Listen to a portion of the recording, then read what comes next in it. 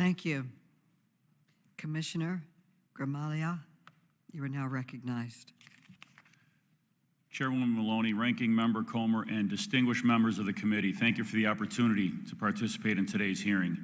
I appear before you today as a police commissioner in Buffalo, New York. It is also my privilege to testify on behalf of the Major City Chiefs Association. We're here today to discuss gun violence epidemic plaguing our nation. This hearing comes in the aftermath of multiple mass shootings that have devastated communities throughout the country, including my home city in Buffalo. Our communities are hurting, and we must continue to support them, the loved ones of the victims, and our brave first responders. On May 14th, 2022, an 18-year-old white supremacist invaded our city and inflicted terror on the black community in a way never seen in Buffalo's history. He legally purchased a military-style weapon and body armor and then spent months practicing his shooting skills.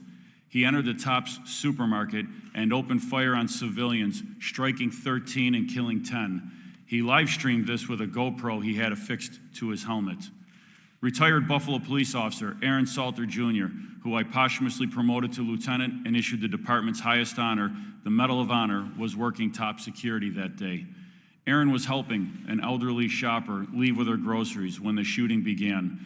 He did his best to warn customers while in a completely defensive position. He engaged the shooter as he entered, hitting him with at least one shot. It is often said that a good guy with a gun will stop a bad guy with a gun. Aaron was the good guy and was no match for what he went up against, a legal AR-15 with multiple high-capacity magazines.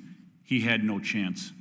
Assault weapons like the AR-15 are known for three things: how many rounds they fire, the speed at which they fire those rounds, and body count. This radicalized 18-year-old adult should have never been able to have access to the weapons he used to perpetrate this attack, and the laws need to be enacted to ensure it never happens again. Buffalo police officers responded to Tops and were able to take the shooter into custody within minutes. I have no doubt in my mind that their swift response time and handling of the situation saved lives. I would like to publicly thank them and the rest of the Buffalo Police Department for the heroism they showed on that day. Buffalo is known as a city of good neighbors. We are a resilient, culturally diverse community. We came together after this horrific tragedy, and we will continue to heal together. However, no city should have to go through this. And it is time to make changes to a system that is leaving blood on the sidewalks of our communities every day. In 2018, the MCCA adopted a firearms violence policy that would help mitigate the threat of gun violence without infringing on the constitutional rights or weakening due process. These reforms include requiring universal background checks, strengthening NICS definitions, and improving access to records, supporting the use of extreme risk protection orders, aggressively prosecuting straw purchasers and prohibited possessors, and banning assault weapons and high-capacity magazines.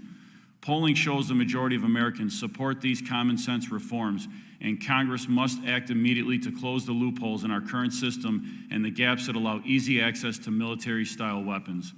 Events like the Buffalo Massacre, the shooting in Uvalde that took 21 lives, including 19 children, and the mass shootings in Laguna Woods and Tulsa are the situations that capture headlines. However, we must remember that gun violence epidemic extends well beyond these events.